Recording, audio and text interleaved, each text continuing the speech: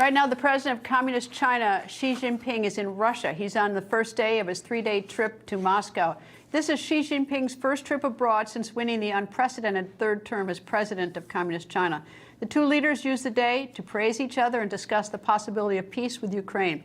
But it was not what the leaders said that raised eyebrows, but rather what President Putin was doing. While sitting down in front of the press, Putin looked as if he is suffering from tremors from some unknown cause.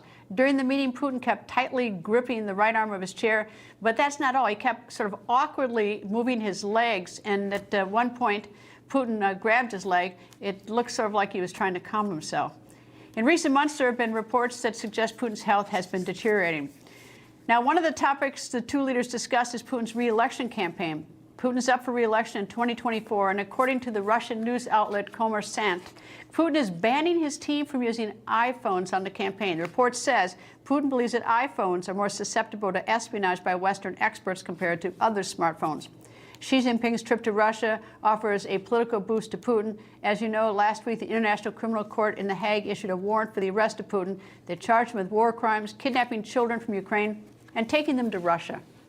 In response to that arrest warrant, earlier today, Russia's investigative committee launched its own investigation. They're investigating the International Criminal Court. They say that the ICC prosecutors and judges violated Russian law for doing, among other things, accusing an innocent person, that would be Putin, of a crime. Retired United States Marine Corps Lieutenant Colonel Oliver North is with us. Nice to see you. It's great to be with you again, Greta. It's always nice. All right, first I want to talk about China, Xi Jinping, and Russia and Putin. What do you think about the two of them meeting?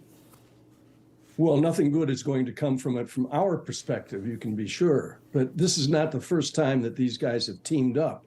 When you look back at what's happening right now, Xi is ascendant. There's no doubt about it. His deal that he cut with Iran and Saudi Arabia to at least open diplomatic relations is a major threat to Israel and to the United States.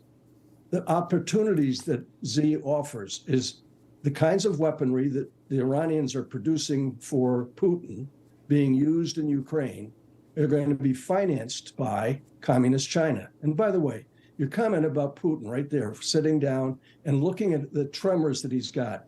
I know some doctors that are specialists in things like Parkinson's and Parkinsonian diseases. That malady looks very evident to something I've seen a good bit of. And that's the kind of thing that we really need to be concerned about, because ultimately it begins to affect the ability of a person not to have what they now call, they don't call it dementia anymore. What they call it is cognitive disarray. And if Putin is suffering from that, there won't be a 2024 election with Putin in it. Let me now go back 20 years ago tonight. You and I were both at the Fox News Channel, and we're colleagues. And I want to bring you back. You and I talked off camera just briefly. You know where you were 20 years ago, right? I sure do. In fact, 20 years ago yesterday, I was waiting for the bodies to come back from the helicopter that had gone down right next to ours in the middle of the night, the very first night of the war. And the bodies were being brought back from the battlefield. And when they got there, I was deeply concerned I was going to find Griff Jenkins' body among them, because I thought he had been aboard that bird. But when we took off from Kuwait to fly the British Marines, the Royal Marines, into their blocking positions, Griff actually got on a different bird, thank God. And of course, anyone who's ever watched Fox News knows that Griff Jenkins is an old friend of mine and yours as well, and he's very much alive. Well, let me give everybody a quick credit for you, because you're the one who went to bat for Griff after I tried a dozen times to get him on the other side of the camera. And you're the one who gave him the chance to do that, to prove himself. And of course, today, he's off in the front of another war on the border of the United States with Mexico. That's the kind of reporter he became because you gave him the chance to do so. Well done. Well, thank you very much. But I've always loved Griff, and I've always thought he was the best, and he's also great to travel with. All right. As you look back, what did we gain from this Iraq war? I mean, with 2020 hindsight, what do you think about it? Well, in the long run, of course, it looks disastrous. In fact, when Obama pulled out, the troops called it Obama's bug out because it came so quickly. But at least it was done better than the one from Afghanistan last summer. The ideas of going to war to help an ally or to defend our country makes sense. Certainly that's what's happening right now with NATO trying to reinforce the Ukrainians against Putin's unfettered aggression. And the idea that we would learn more about how to put together the kind of combined arms task forces has almost been abandoned by this administration.